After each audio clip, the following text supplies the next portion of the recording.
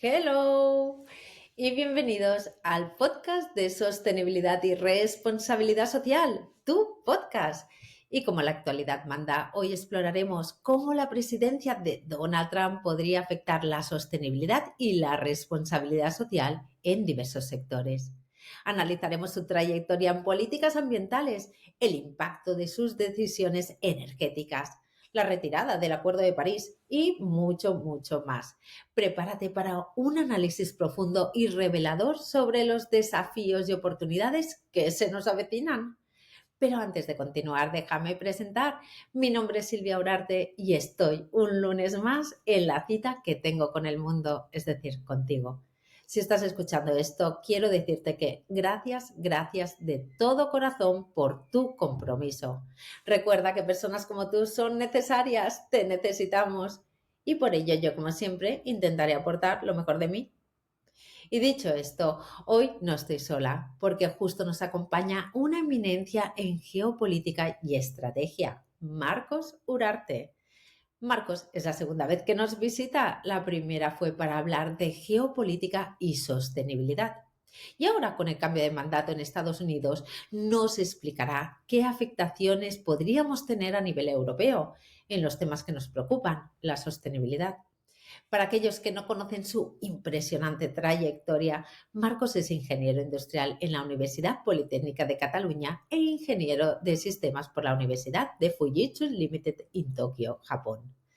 Es profesor invitado en aclamadas instituciones como el MIT y la Universidad Nacional de Singapur, NUS. Ha publicado en Harvard Business Review y es un orador habitual en eventos de alto nivel. Forbes lo ha identificado como uno de los principales futuristas de España y el año pasado recibió la Cruz de la Orden del Mérito de la Guardia Civil. Además, es colaborador del Banco Mundial y del World Economic Forum, del Foro de Davos. Para conocer más sobre su persona, pueden escuchar el episodio número 7 de nuestro podcast. Y ahora sí, gracias por acompañarnos nuevamente, Marcos. Y antes de empezar de lleno en la sostenibilidad según Donald Trump, quiero conocer tu opinión sobre las declaraciones de esta semana de Trump, cuando dijo que España era de los BRICS. ¿Consideras que fue un simple error? Bueno, yo creo que lo que es muy importante es entender cuál es el estilo de negociación de Donald Trump, ¿no? Donald Trump, a nivel de negociación, emplea lo que se denomina la estrategia del loco. Este es un concepto que creó Henry Kissinger cuando presidente de los Estados Unidos era Richard Nixon. Y cuando Estados Unidos no tenía relaciones diplomáticas con China y la única persona que tenía esas relaciones pues era Henry Kissinger. Cuando Kissinger iba a China a negociar con los gobernantes chinos, hay que pensar que en aquel momento China era casi irrelevante, siempre en muchas ocasiones lo que decía, oye, pensar que mi jefe, es decir, Richard Nixon, está loco. Y ese en cualquier momento puede apretar el botón rojo. Y realmente, pues, el negociar con alguien que está loco, que es impredecible, pues siempre causa mucho temor. ¿Cuál es la estrategia de negociación de Donald Trump? Él lanza un mensaje absolutamente maximalista, con eso lo que hace realmente es atemorizar muchísimo a la contraparte, y a partir de ahí negocia. Y siempre consigue una mejor posición de la que tenía de partida. Entonces hay que entender siempre, realmente, que aunque nos dé la sensación de que Donald Trump es impredecible, es mucho más predecible de lo que creemos. Es decir, siempre es conseguir una mejor ventaja y dar algún tipo de mensaje. Yo estoy convencido de que Donald Trump sabe perfectamente quiénes son los países que integran los BRICS, seguro. Y sí, yo creo que es como un mensaje, en el que quiere trasladar de que la deriva un poco de España es una deriva que a él no le gusta en absoluto. Es una deriva también posiblemente por el tipo de gobierno que tenemos, por el tipo de gobierno de coalición, con Sumar, Podemos, etcétera, ¿no? Entonces, yo creo que Donald Trump sabe perfectamente que España no es un país BRIC, aunque ahora se ha ampliado muchísimo estos países BRICS, pero es dar un mensaje de alerta a España. Pues me tranquiliza escuchar esto porque realmente me impactó mucho sus declaraciones y cómo se refería a España en estos términos. Pero no ha sido lo único las declaraciones únicamente preocupantes, sino en el área que yo trabajo, la sostenibilidad, está haciendo declaraciones desde que apenas llevamos 5 días de su mandato sobre la emergencia energética, ¿no? De que están pues intentando cambiar toda la estrategia que hasta ahora se había llevado a cabo por la Unión Europea. También, por ejemplo, con la retirada del Acuerdo de París, que también ha sido como otra decisión muy reciente que ha firmado, ¿no? O el fin del Green New Deal. ¿Qué piensas de todas las políticas de sostenibilidad que está llevando a cabo en apenas 5 días? Bueno, es decir, vamos a ver, es decir, muchas de las decisiones que ya ha tomado, de los decretos, leyes que ha firmado, eran promesas suyas en la campaña electoral. Él su campaña electoral la basó fundamentalmente en dos grandes conceptos, un concepto que era la inmigración y el otro era el tema de la economía, sus dos grandes ideas, ¿no? Cuando hablamos un poco de economía, pues hablaba de poner aranceles a las empresas extranjeras, él hablaba de menos impuestos, menos regulaciones y dentro de todo el tema de las menos regulaciones, etcétera, ahí también estaba incorporado muchísimo todo lo que tiene que ver pues, con la sostenibilidad, con las energías renovables, etcétera. Él sigue creyendo de que el cambio climático simplemente es un mensaje de una agenda 2030 que él la cuestiona muchísimo,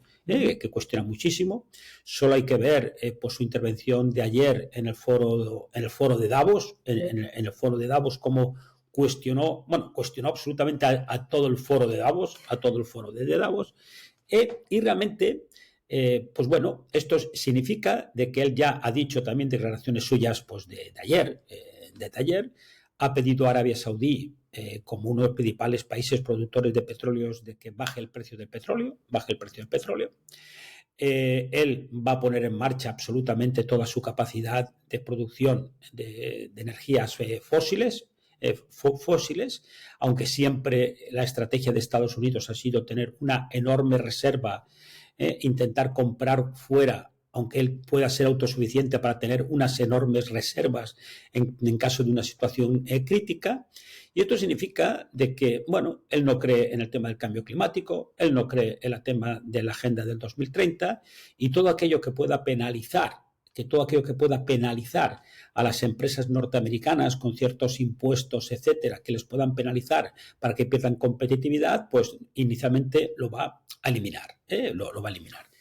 También hay que entender que eso ya pasó en el primer mandato, de que los diferentes estados norteamericanos en ciertos temas tienen una cierta autonomía, con lo que algunas de las cosas que él dice, es decir, de alguna manera que va a hacer, también va a depender de que ciertos estados al final implementen esas medidas, ¿no? Pero también es cierto lo que tú decías, de que ha tomado muchísimas decisiones en muy poco tiempo, eso ya lo dijo, y solo hay que ver el tipo de gobierno que ya estaba anunciado, ¿no? Pero hay que pensar que durante los próximos 2 años tiene casi un poder absoluto, porque tiene mayoría absoluta en las dos cámaras. Dentro de 2 años habrán elecciones, cada 2 años hay elecciones parciales a las cámaras y eso significa a las cámaras de representantes y eso significa de que podría perder alguna mayoría absoluta, con lo que le podría costar algo más el poder sacar alguna ley adelante. Con lo que por eso, en muy poco tiempo, y eso sí que era totalmente predecible, en muy poco tiempo, él va a tomar absolutamente casi todas las decisiones. Pero es una mala noticia para el planeta. Claro, porque yo me pregunto, ¿no? ¿Qué impacto tendrán estas declaraciones y estas ejecuciones a nivel mundial? Muchísimo, muchísimo. Es decir, ya en alguna otra ocasión ya habíamos hablado que el mundo está sufriendo como una nueva globalización. En Davos se ha hablado de biglobalización en el sentido de que ya el mundo, la competencia por la supremacía mundial económica entre China y Estados Unidos, y yo ya hace tiempo que hablo de una reglobalización, una nueva globalización que el mundo se está fragmentando. ¿Cuál es el problema? El problema, y por ejemplo también lo dijo ayer en Davos, diciendo, oye, a todas las empresas que quieran invertir en Estados Unidos, va a tener los mínimos impuestos que se pueden tener casi en cualquier sitio del mundo. Y si tú no fabricas en Estados Unidos, pues te voy a poner unos aranceles que casi te será inviable vender en Estados Unidos. Con lo que él recurre a un proteccionismo extremo. Claro, este proteccionismo extremo para muchísimas empresas de todo el mundo, pero europeas y muchísimas empresas españolas, realmente les puede crear una caída de sus ventas tremenda, porque el mercado norteamericano para algunas empresas es un mercado importante. Luego ya muchas empresas europeas, españolas, se están planteando montar algún tipo de sede en Estados Unidos para intentar evitarse pues, esos aranceles y poderse aprovechar de esas ventajas. ¿Cuál es el problema? Un poco intentando contestar a tu pregunta. El problema es el seguidismo que hacemos en Europa de todas las estrategias de Estados Unidos. Entonces, realmente cada vez que Estados Unidos, y cuando tienes un presidente como Donald Trump, que amenaza, aquí en Europa lo que hacemos es decir, pues bueno, bajar las orejas, meter la cola entre las patas y seguir al amo. Yo hace tiempo que digo que el futuro de Europa pasa por independizarnos de Estados Unidos y de tener una autonomía militar, estratégica e industrial, ¿no? Entonces, es decir, todas las decisiones que toma Donald Trump pues van a afectar muchísimo a las empresas europeas, cuando aquí muchas empresas europeas, muchos sectores, el sector de automoción y otros sectores, realmente ya habían tomado unas decisiones, habían realizado unas inversiones multimillonarias para ir en una dirección y ahora se encuentran que tampoco saben si tienen que retroceder o no tienen que retroceder, ya no pueden retroceder, etcétera. Con lo que esto va a generar absolutamente una incertidumbre en ciertos sectores aquí en Europa y repito que en España enorme. Va a complicar muchísimo decisiones estratégicas de muchas empresas. Claro, hablando por ejemplo del sector de la automoción, es decir, una empresa que de aquí, ¿cómo se debe plantear su futuro? Porque yo me pregunto, digo, o bien sigues la normativa y regulaciones europeas o bien sigues las normativas internacionales, es decir, que es tu mercado también, ¿no? ¿Qué decisión tiene que tomar una empresa que se encuentra en esta dinámica? Porque es muy complejo. Bueno, el problema es este, ¿no? De que, por ejemplo, aquí en Europa estamos absolutamente mega regulados. Yo digo que en Europa tenemos un Silicon Valley, que es el Silicon Valley de la regulación. No hay nadie mejor en el mundo que regulando. Pero fuera de Europa, el mundo no está tan regulado. Las regulaciones, que yo no estoy en contra de ciertas regulaciones, es decir, no es que esté en contra, yo creo muchísimo en el tema de la sostenibilidad del planeta, de la sostenibilidad de la sociedad, ¿no? Pero las regulaciones siempre significan un incremento muchas veces de impuestos, unos incrementos de costes. Si todo el mundo compitiera con las mismas reglas, no pasaría absolutamente nada. Pero al final, cuando nos encontramos que las empresas europeas compiten con unas reglas que tienen unos costes. Las empresas asiáticas totalmente distinto y las empresas norteamericanas totalmente distintos. El gran riesgo es que las empresas europeas vayan perdiendo competitividad como ya está pasando, es decir, como ya está pasando. Es decir, la economía, las empresas europeas cada vez son menos competitivas, tanto respecto a las empresas norteamericanas como a las empresas asiáticas. Y esto, al final, que sea menos competitiva, significa de que se van perdiendo puestos de trabajo, se van cerrando empresas y siempre, por desgracia, que hay un debate economía-sostenibilidad, siempre acaba ganando economía. Con lo que eso significa de que claro, es decir, ahora... Vamos a ver, es decir, cuando tú tienes una fábrica, por ejemplo, una fábrica de coches, es decir, por ejemplo, en España, es decir, España es el segundo fabricante de coches de Europa, pero hay, entre comillas, un problema. Primero es que no tenemos ningún centro de decisión.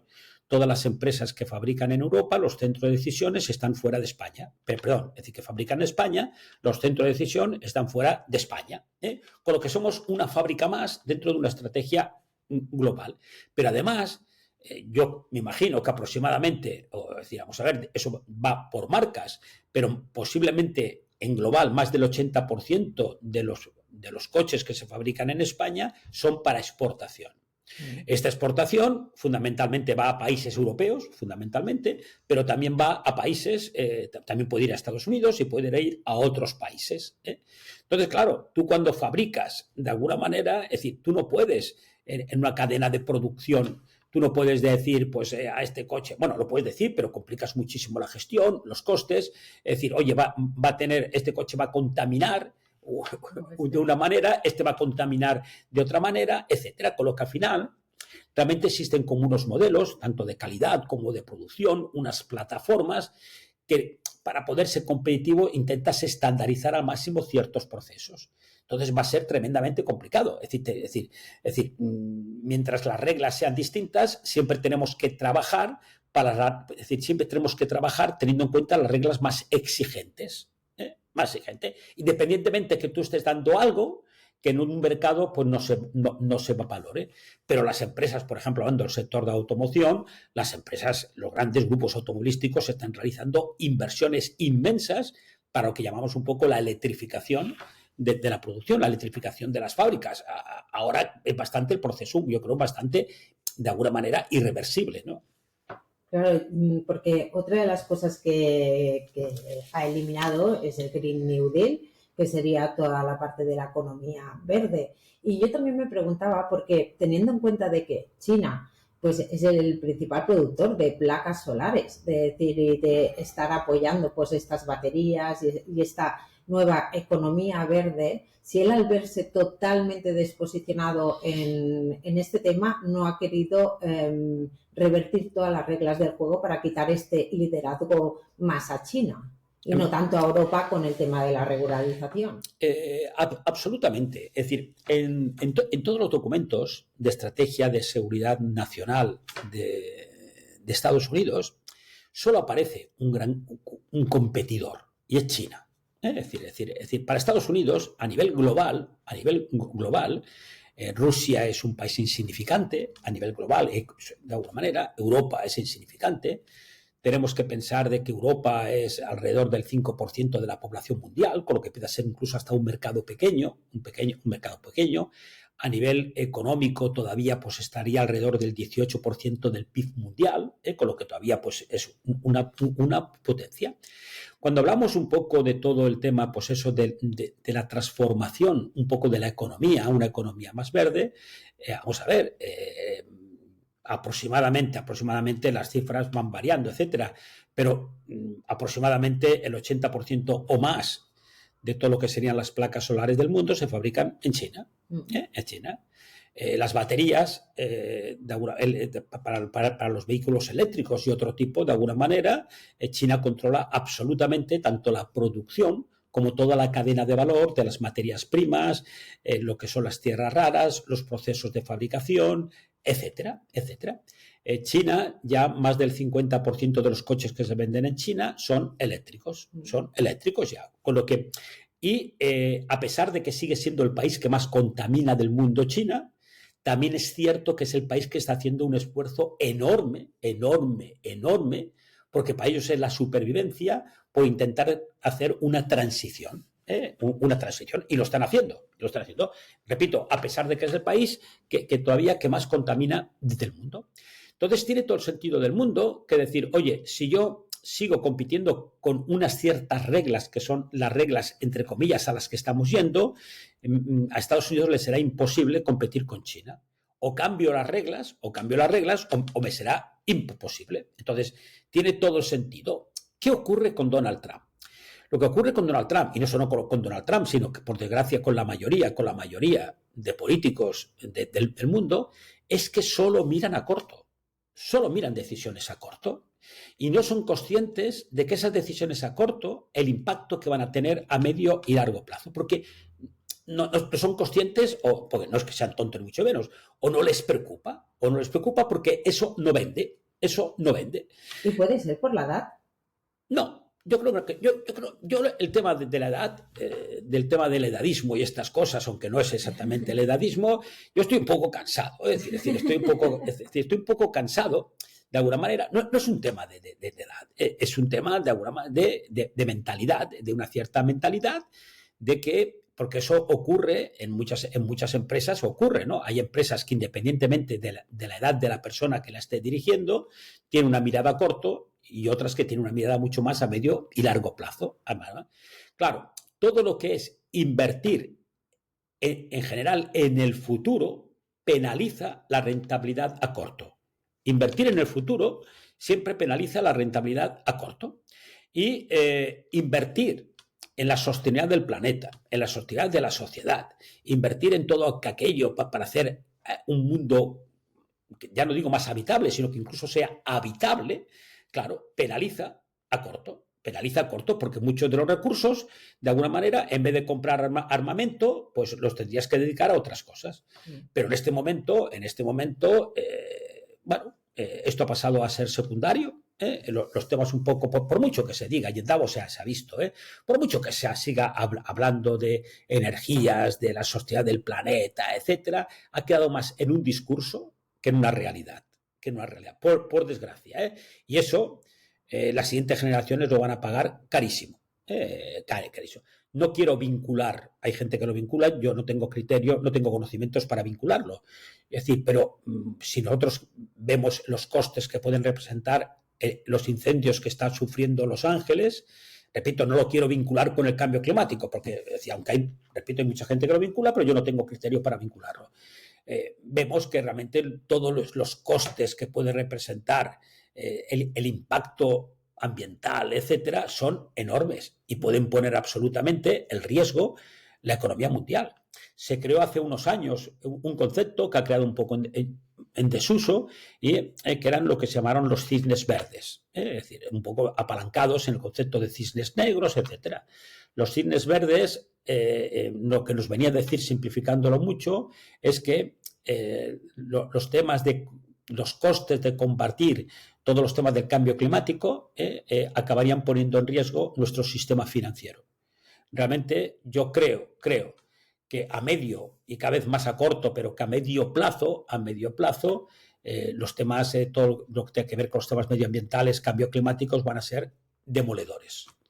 Claro, y entonces yo me pregunto, ¿qué medidas pueden tomar los gobiernos locales o europeos para mitigar los efectos negativos de las políticas de Estados Unidos? A ver, es tremendamente complicado porque, claro, es decir, si hablamos de Europa, por desgracia, yo digo que en Europa hay dos clases de países: los que son pequeños y los que no saben que lo son. ¿Dónde estamos? No. Es decir, somos pequeños, es decir, muy pequeños, pero nos creemos que no lo somos, pequeños. Bueno, somos la primera economía prácticamente europea, ¿no? Según unas declaraciones de Sánchez de esta semana. Vamos a ver, yo creo que los datos económicos realmente se pueden analizar de mil maneras distintas. Nosotros podemos analizar, sí que es cierto que crecemos más que el resto de países de Europa, que muchos países de Europa, pero es que la verdad es que no tiene tampoco demasiado mérito, porque es que los países de Europa, muchos están absolutamente casi en recesión, como Alemania, Francia, etcétera. Es decir, la economía alemana podríamos considerar que cae casi en recesión. Francia, de alguna manera, pues casi. Con lo que sí, no es una mala noticia que crezcamos más que los países del resto de Europa, no sería una mala noticia, pero también es cierto que, es decir, la clase media en España, en toda Europa, se está empobreciendo la clase media. Hemos perdido poder adquisitivo. Yo que, vamos a ver, ya tengo muchos años, me acuerdo cuando era joven, España, lo que se podría considerar clase media, incluso clase media baja, depende de alguna manera, pues casi todo el mundo podía tener hasta una vivienda en propiedad, y ahora los jóvenes tienen que compartir un piso, con lo que realmente el estado del bienestar, es decir, se ha ido degradando y se está degradando muchísimo. Con lo que yo realmente no veo tampoco dónde está el gran avance. Los datos macroeconómicos pueden no ser malos, pueden no ser malos, pero sí que es cierto que todo lo que podríamos llamar indicadores adelantados, que son aquellos indicadores que nos hablan sobre el futuro de un país o el futuro de una empresa, vinculados a la competitividad, a la innovación, a la inversión en tecnología, etcétera, nos auguran no demasiado buen futuro. Es decir, yo digo algo que sé que y es absolutamente controvertido y por supuesto que es una opinión, que yo creo que el futuro de Europa pasaría por una cierta, y voy a intentar explicarlo, una cierta integración, y sé que esto que voy a decir va a sonar inicialmente fatal, con Rusia. Con Rusia. ¿A qué me refiero? Es decir, Europa, y dentro de Europa, España, somos el monaguillo de Estados Unidos. Y Rusia es el monaguillo de China. Es decir, allá los que pintan son China y nosotros somos monaguillos. Tenemos que tocar la campana, pues oye, ahora me acercas esto y muy bien. Con lo que Europa por sí sola va a ser incapaz, y tal como está Europa, de poder competir ni con China ni con Estados Unidos.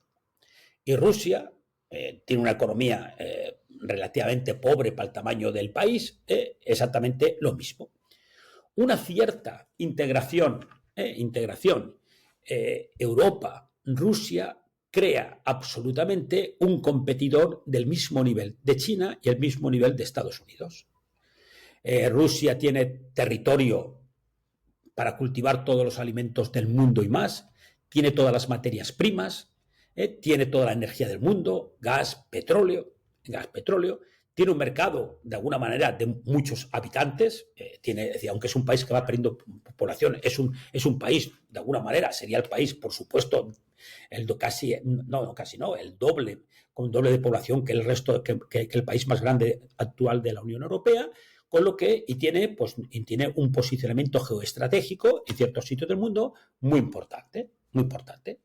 Europa tiene una economía potente, tiene todavía una población como Europa, que también envejeciéndose y perdiendo potente, tiene empresas tremendamente competitivas, con lo que una cierta integración Europa-Rusia crearía un competidor enorme. Y yo creo que sería, tanto para Rusia como para Europa, sería la solución. Esto ya lo intentó en su momento Gorbachev cuando acaba la Guerra Fría. Cuando acaba la Guerra Fría, Gorbachev era primero, es decir, cuando en 1989 cae el muro de Berlín y en 1991 se descompone la Unión Soviética, Gorbachev era primero presidente de la Unión Soviética y después presidente de Rusia, y propone, después de la cumbre de Malta con George Bush padre, propone varias cosas. Una es desmantelar la OTAN y el Pacto de Varsovia. Su planteamiento es decir, oye, se ha acabado la Guerra Fría, no tiene sentido que sigamos manteniendo dos aparatos militares tan importantes, y también él propone una cierta integración de Rusia con Europa, A quien nunca le ha interesado esto, y no lo critico en absoluto, es a Estados Unidos. Por lo que acabo de decir, porque crearía un competidor importante, ¿no? Entonces, tenemos que dejar, es decir, hoy ya no podemos contemplar que el mundo es unipolar. Es decir, ya no podemos contemplar que solo hay una gran potencia económica, militar. No, es decir, hoy el mundo como mínimo es bipolar. Es decir, porque tenemos otra potencia al mismo nivel en muchas cosas, inferior en otras y superior en otras, que es China. Entonces, Europa tiene que jugar las dos cartas. No digo, de alguna manera, para Europa, Estados Unidos tiene que seguir siendo un socio importantísimo. Europa no puede prescindir de Estados Unidos. Es un mercado importantísimo para muchas empresas. Pero para muchas empresas europeas, China es un mercado como mínimo tan importante como el norteamericano. No pueden prescindir del mercado chino. Una de mis esperanzas, aunque es impredecible, es que yo creo que la relación entre Estados Unidos y China va a mejorar con Trump. Es decir, va a mejorar. Porque Trump es un hombre de negocios. lo que va a intentar, y lo conseguirá, es igual tener una mejor relación en la balanza de pagos, es decir, va a conseguir de alguna manera cosas de China, y yo creo que aquí hay una figura muy importante y es Elon Musk. Elon Musk es una persona muy importante porque la fábrica más importante de Tesla en el mundo está en China.